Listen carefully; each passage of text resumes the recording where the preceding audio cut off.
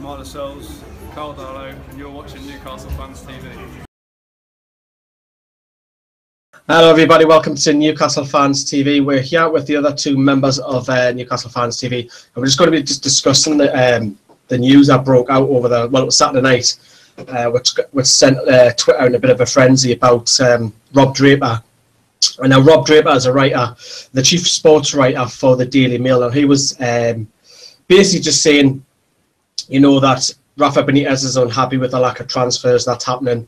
He's put it on his Twitter feed, and you had about 3 or 4 tweets, and then he was saying that it's going to go on to the Daily Mail.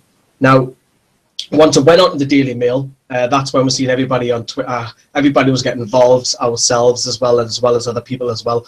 And he was basically saying that Rafa Benitez was frustrated with the lack of transfers. So the likes of Tammy Abraham going to Swansea, Willie Caballero, a rumour to be going to Chelsea. Then he had Fabian Delph allegedly turning it down. Mangala's going to Lyon. And obviously the Cameron Florian Lejeune transfer, is it happening, is it not? Well, seems a bit of a confusion on that one as well. And it's then they said that the future of Rafa remains uncertain. I mean, Elisha, I'm going to come to you. I mean, what are your thoughts on all of this? When Mike Ashley's in charge, I think there's always going to be that air of uncertainty, especially with the talk of the takeover and everything at the minute. But I think it's important that we do play it down, because at the end of the day, we're still only in June, and you know, this could go all the way on to August. So I think it's not something to be concerned about, because yes, he could show frustration. You know, the transfer window officially doesn't open until July the 1st. So I think we've still got plenty of time. I think it's a strange one. I read it because this story was picked up in the Times. It wasn't quoted or anything like that. It was, I think what confused me about this, I think a lot of people, when they look at Newcastle and when lack of transfers, people immediately look to the board.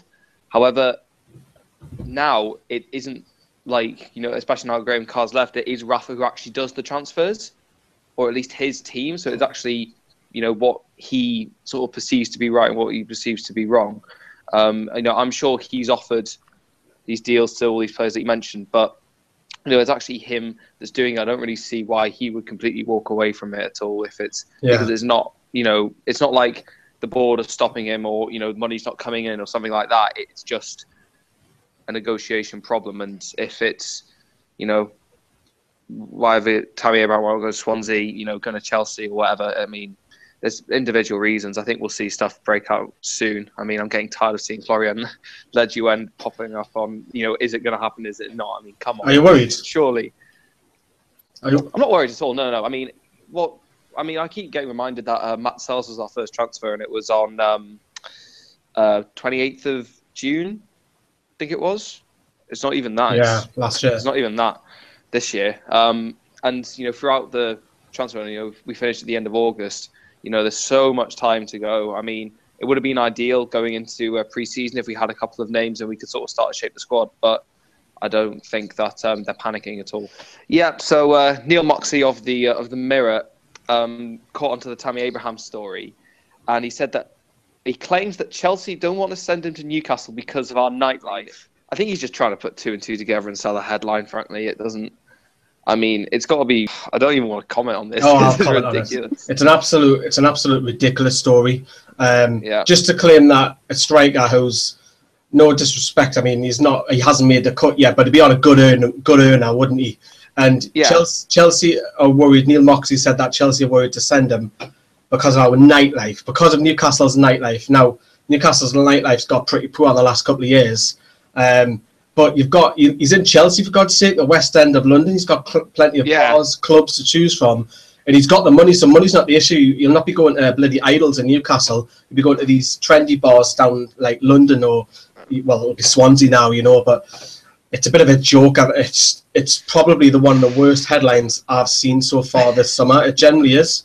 It's just a joke of I wouldn't even call it lazy journalism. I think it's shocking journalism. To claim, I mean, we've had Kritinatsu, who's just recently been on loan. He's relatively quite young. I know he's got a family, but yeah, we've been linked to half of Chelsea's youth squad, you know, of us going out on loan. So I don't really see what that's got to do with it. It's just poor. I mean, Elisha, you covered the video on our channel yesterday. What do you make of that? Yeah, I just think it's It's just, I agree with you, it is poor to make a claim like that when he is currently living in London. It's just like, I think it's just one big contradiction, to be fair, because it just doesn't make any sense. And I think they're just trying to find a reason think of something why he wouldn't come. Yeah, I think after what happened last night, everybody kind of went a little bit mental and like kind of lost it a little bit. And I think people get too up a height about it. Yeah, I know it's concerning, the things coming out about Rafa and what could possibly happen, but we need to think about it properly rather than jumping on it because that's what they want to do. You know, at the end of the day, if we keep sharing it and talking about it, that they're getting out at the end of the day what they want out of it. So I think we just need to remember to try and keep realistic. I mean, the transfer window is a manic time, isn't it? And just we get linked to anyone and everyone. I mean, what was the latest number? Like 120 or something names that we've been linked to. And you know, I've seen every time I see a link and I read it, and it's like everyone's like, "Oh, we're getting him. Oh, we're getting him. We're getting him." I don't know. I think it's, you know, I think people just need to just take a look and just sort of step out and just like, right, hold on, what's actually going on here? You know, I think if you're going to talk about players, you know, I would much rather we spent time and got in the right players rather than just getting anyone for the sake of getting anyone. Yeah, I think everybody had a bit of a meltdown on Twitter about it. I'm just going to ask you to this because this is my general idea. What I think people are getting, why people get wound up by press who aren't really associated with the club, southern press as I call them. Now, I think why people get in a little bit of meltdown is because of the reputation of our board, not so much. I mean, we're always going to have stories about players coming, players going, stories that are true, and so on. Do you think that people on Twitter, especially because everyone was talking about it last night, all the big name Twitter accounts ourselves, you know, the local press, the Chronicle, and so on. Do you feel that it's because of the board's reputation rather than the press, or do you think it's a bit of both? I think it's the board's reputation. I'm going to put that out there because we've seen it in the past, and I think, you know, the end of last season, the board threw Rafa's future in doubt again, you know, but they got proved wrong. But I think because of the reputation, there'll always be that rumour going around about something that somebody's unhappy, and until we get... I think Newcastle's a big story, and I think, you know, everything that's happened since Mike Ashley's taken over, it's always been a big story about what happens, and I think it's going to be every single summer until Rafa eventually leaves. He'll always be linked to leave. I mean, I never thought it was in doubt this summer that he'd go. I wasn't at all concerned, but it was just everybody sort of talking about it. I think everybody kind of sort of jumped on. I remember, was it Paul Merson saying like they just didn't think the board were going to back him? Yeah. But you know, after we got a big payday from winning the championship and you know, all the money we already have, after being relegated, we spent all that money, and now for some reason we're not going to after we're promoted. I just don't. I mean, it's just some people are quite disconnected. It's only really people in the know that I think are quite assured of what happens with Newcastle. Yeah, I'd agree with you. Both make good, valid points there. I think it's a mixture of the board reputation. I think the press just like to make a story because Newcastle is a bit of a soap opera up here. We're like one fish in a big pond, or whatever that saying is. Small fish in a big pond, is that what I'm saying? Or big fish in a little pond, that's it.